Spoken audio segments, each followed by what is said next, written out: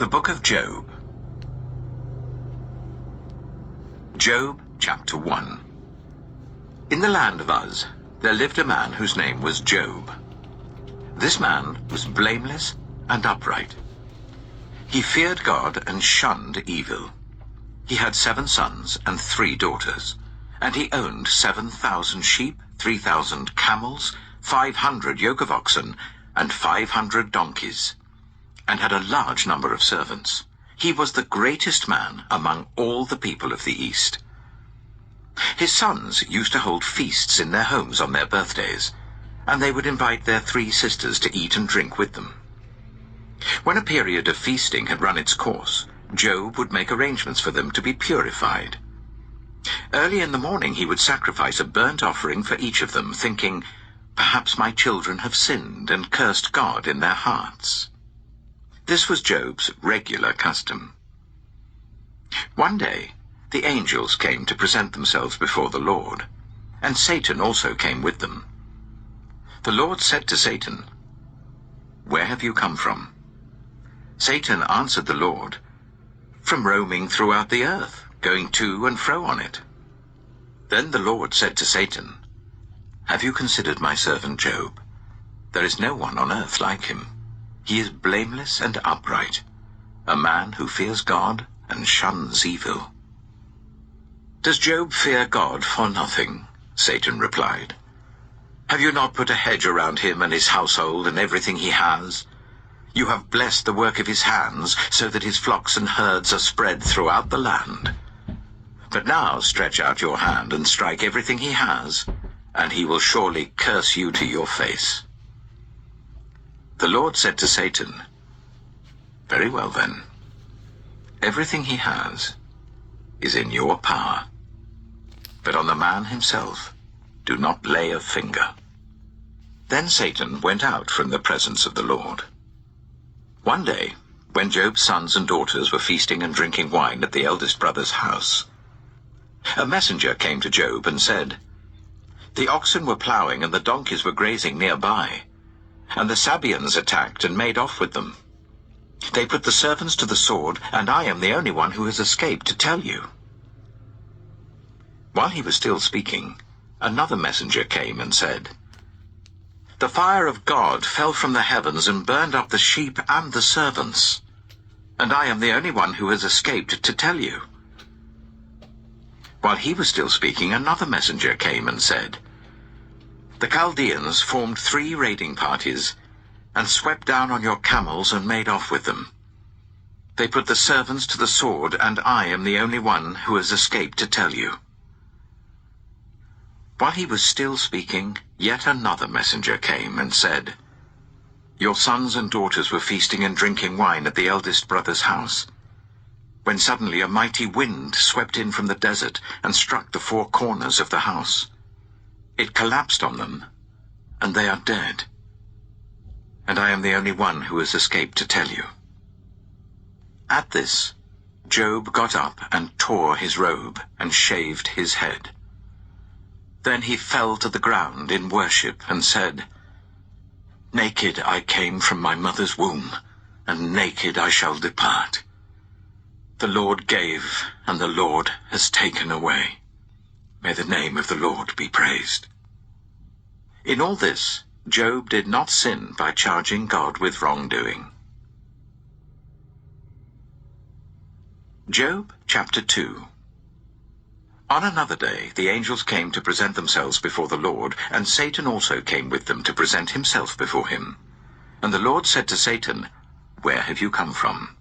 Satan answered the Lord, "From roaming throughout the earth, going to and fro on it."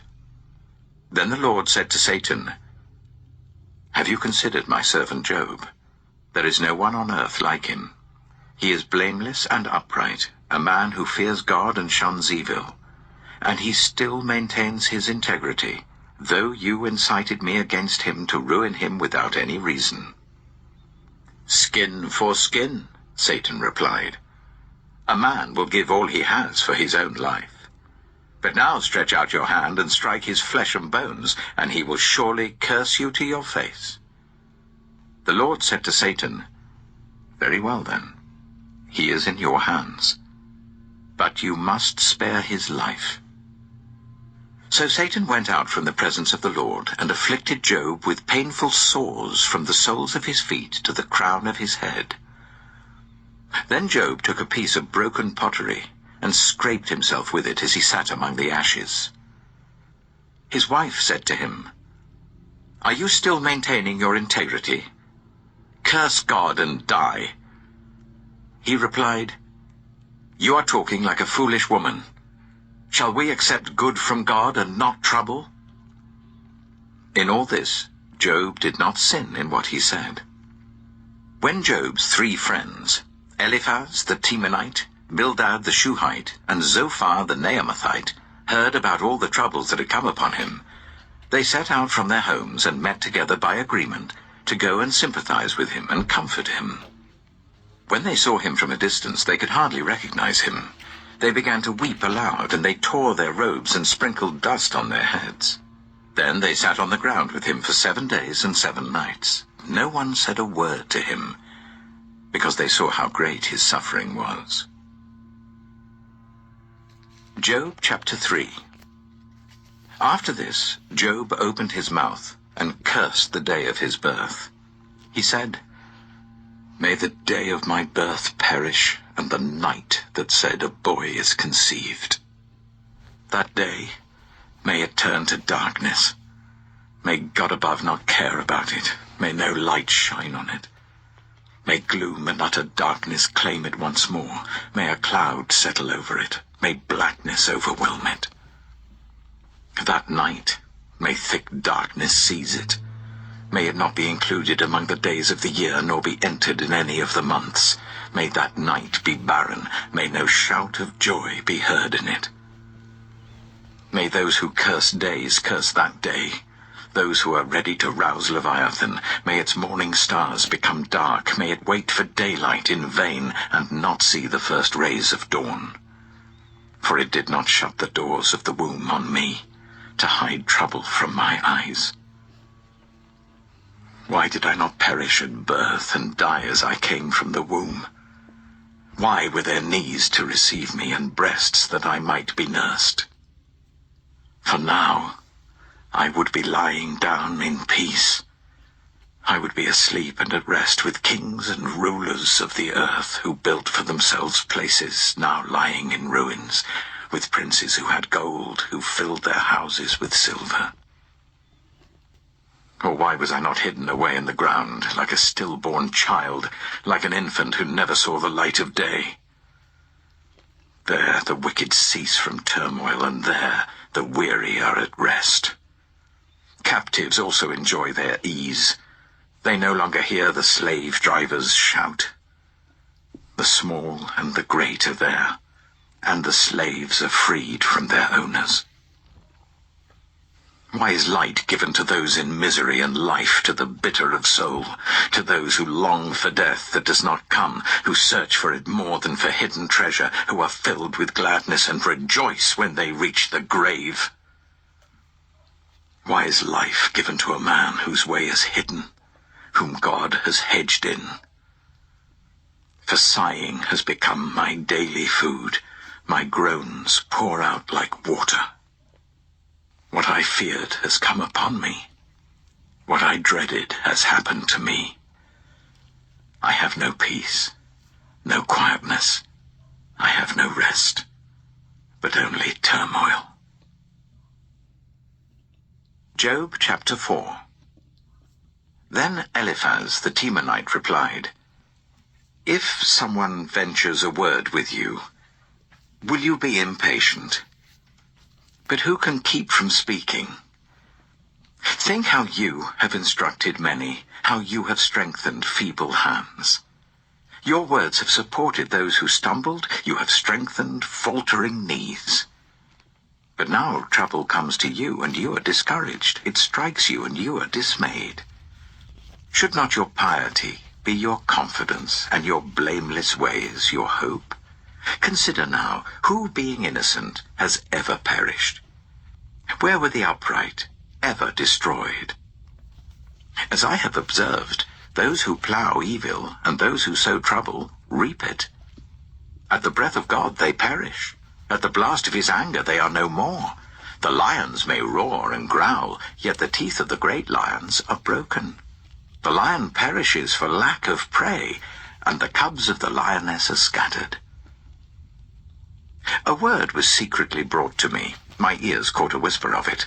Amid disquieting dreams in the night, when deep sleep falls on people, fear and trembling seized me and made all my bones shake.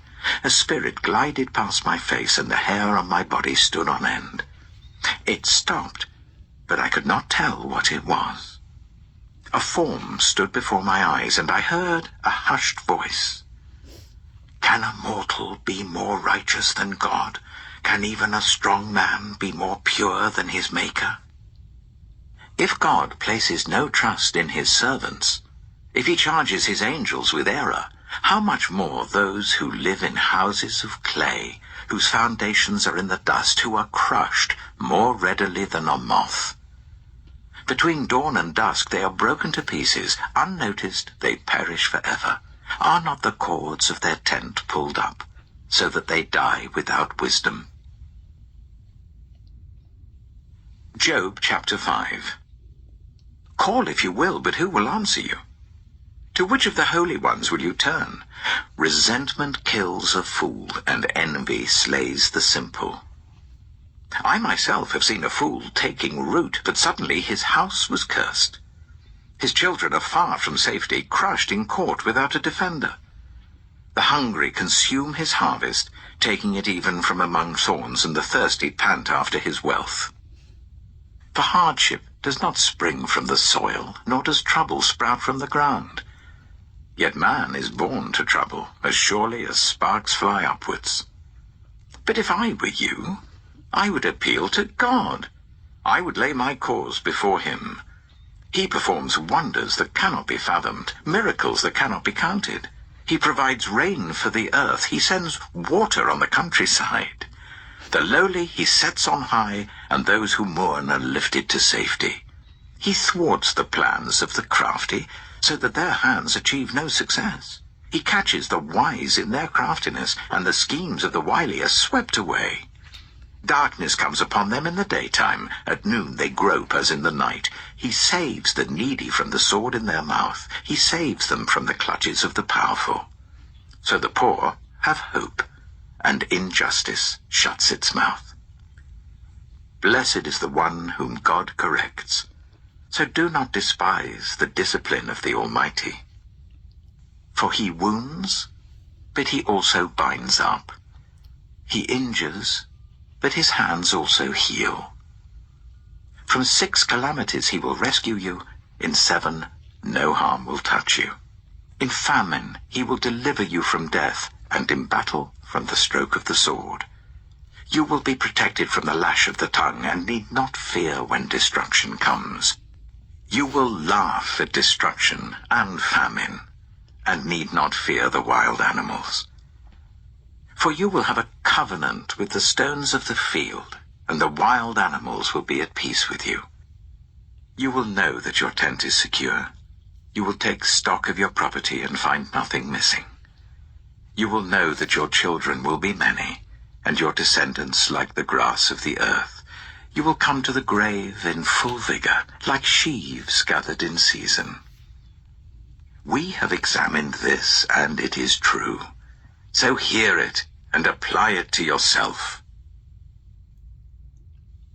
Job chapter 6. Then Job replied, "If only my anguish could be weighed, and all my misery be placed on the scales. It would surely outweigh the sand of the seas. No wonder my words have been impetuous. The arrows of the Almighty are in me. My spirit drinks in their poison. God's terrors are marshaled against me. Does a wild donkey bray when it has grass, or an ox bellow when it has fodder? Is tasteless food eaten without salt, or is there flavor in the sap of the mallow? I refuse to touch it. Such food makes me ill. Oh, that I might have my request, that God would grant what I hope for, that God will be willing to crush me, to let loose his hand and cut off my life.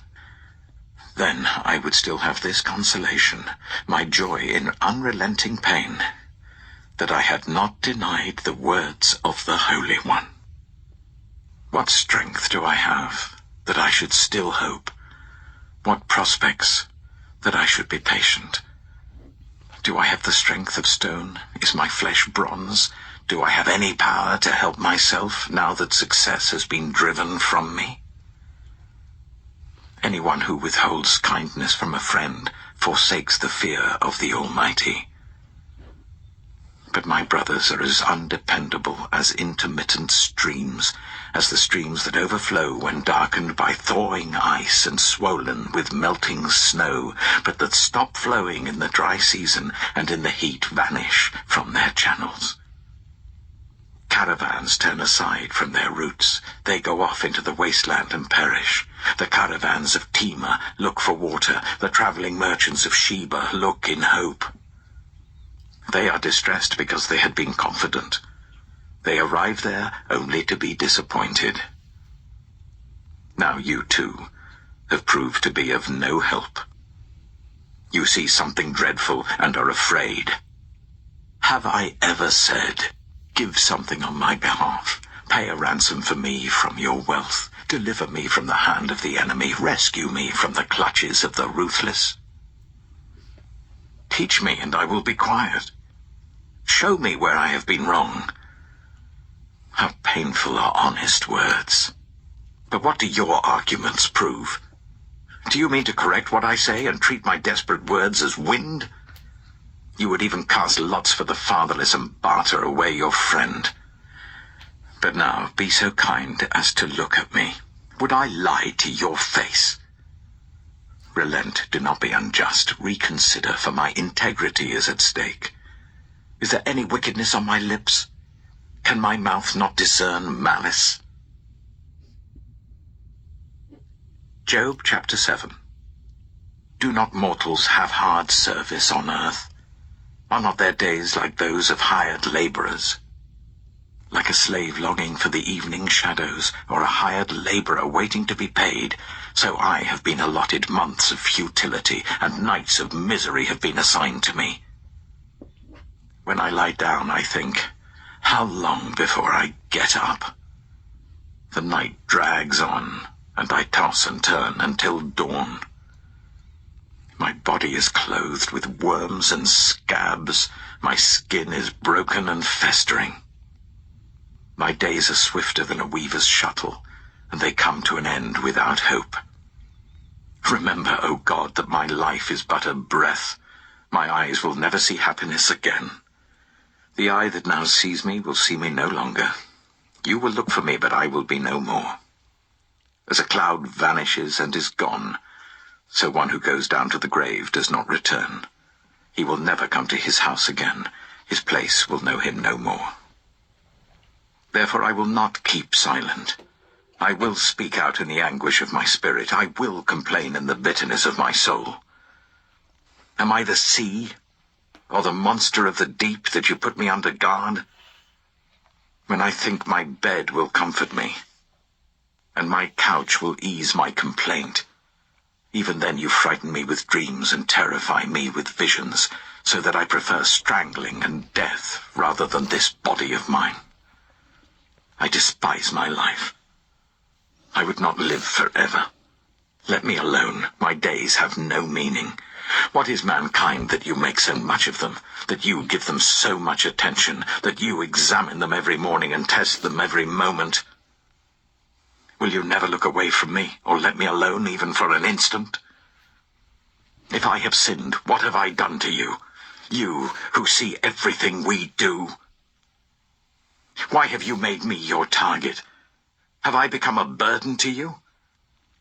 Why do you not pardon my offenses and forgive my sins? For I shall soon lie down in the dust. You will search for me, but I shall be no more.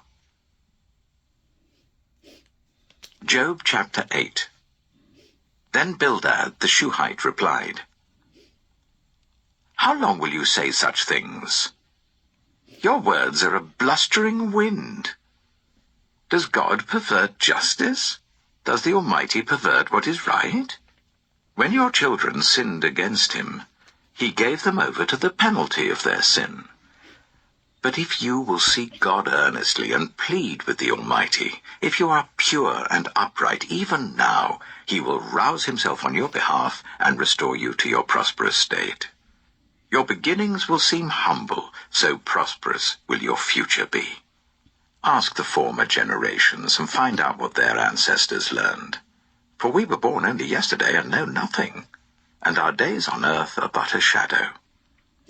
Will they not instruct you and tell you? Will they not bring forth words from their understanding? Can papyrus grow tall where there is no marsh? Can reeds thrive without water? While still growing and uncut, they wither more quickly than grass. Such is the destiny of all who forget God. So perishes the hope of the godless. What they trust in is fragile. What they rely on is a spider's web. They lean on the web, but it gives way. They cling to it, but it does not hold. They are like a well-watered plant in the sunshine, spreading its shoots over the garden. It entwines its roots round a pile of rocks and looks for a place among the stones. But when it is torn from its spot, that place disowns it and says, "I never saw you." Surely its life withers away, and from the soil other plants grow. Surely God does not reject one who is blameless, or strengthen the hands of evildoers. He will yet fill your mouth with laughter and your lips with shouts of joy. Your enemies will be clothed in shame, and the tents of the wicked will be no more. Job chapter 9. Then Job replied, "Indeed, I know that this is true. But how can mere mortals prove their innocence before God? Though they wished to dispute with him, they could not answer him one sin 1,000 times. His wisdom is profound, his power is vast. Who has resisted him and come out unscathed? He moves mountains without their knowing it and overturns them in his anger. He shakes the earth from its place and makes its pillars tremble. He speaks to the sun, and it does not shine. He seals off the light of the stars. He alone stretches out the heavens and treads on the waves of the sea. He is the maker of the Bear and Orion, the Pleiades and the constellations of the south. He performs wonders that cannot be fathomed, miracles that cannot be counted. When he passes me, I cannot see him. When he goes by, I cannot perceive him. If he snatches away, who can stop him? Who can say to him, "What are you doing?" God does not restrain his anger. Even the cohorts of Rahab cowered at his feet. How then can I dispute with him? How can I find words to argue with him? Though I were innocent, I could not answer him. I could only plead with my judge for mercy. Even if I summoned him and he responded, I do not believe he would give me a hearing. He would crush me with a storm and multiply my wounds for no reason. He would not let me catch my breath, but would overwhelm me with misery. If it is a matter of strength, he is mighty. And if it is a matter of justice, who can challenge him? Even if I were innocent, my mouth would condemn me. If I were blameless, it would pronounce me guilty. Although I am blameless, I have no concern for myself. I despise my own life. It is all the same. That is why I say, he destroys both the blameless and the wicked. When a scourge brings sudden death, he mocks the despair of the innocent. When a land falls into the hands of the wicked, he blindfolds its judges. If it is not he, then who is it? My days are swifter than a runner. They fly away without a glimpse of joy. They skim past like boats of papyrus, like eagles swooping down on their prey.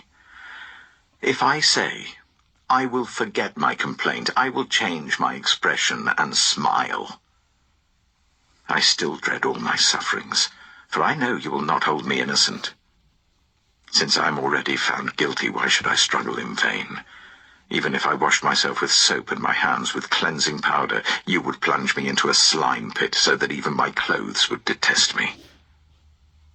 He is not a mere mortal like me, that I might answer him, that we might confront each other in court.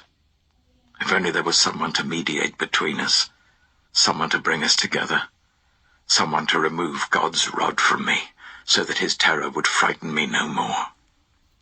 Then I would speak up without fear of him. But as it now stands with me, I cannot.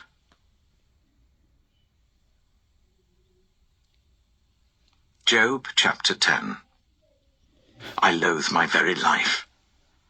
Therefore I will give free rein to my complaint and speak out in the bitterness of my soul. I say to God, do not declare me guilty, but tell me what charges you have against me. Does it please you to oppress me, to spurn the work of your hands, while you smile on the plans of the wicked?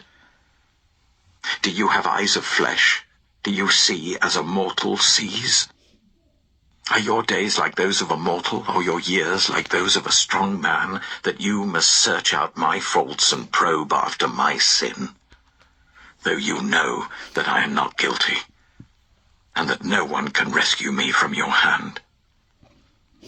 Your hands shaped me and made me. Will you now turn and destroy me? Remember that you molded me like clay. Will you now turn me to dust again? Did you not pour me out like milk and curdle me like cheese, clothe me with skin and flesh, and knit me together with bones and sinews? You gave me life and showed me kindness, and in your providence watched over my spirit. But this is what you concealed in your heart, and I know that this was in your mind. If I sinned, you would be watching me, and would not let my offense go unpunished. If I am guilty, woe to me. Even if I am innocent, I cannot lift up my head, for I am full of shame and drowned in my affliction. If I hold my head high, you stalk me like a lion, and again display your awesome power against me. You bring new witnesses against me, and increase your anger towards me. Your forces come against me, wave upon wave. Why then did you bring me out of the womb? I wish I had died before any eye saw me. If only I had never come into being, or had been carried straight from the womb to the grave. Are not my few days almost over? Turn away from me so that I can have a moment's joy before I go to the place of no return, to the land of gloom and utter darkness, to the land of deepest night, of utter darkness and disorder, where even the light is like darkness.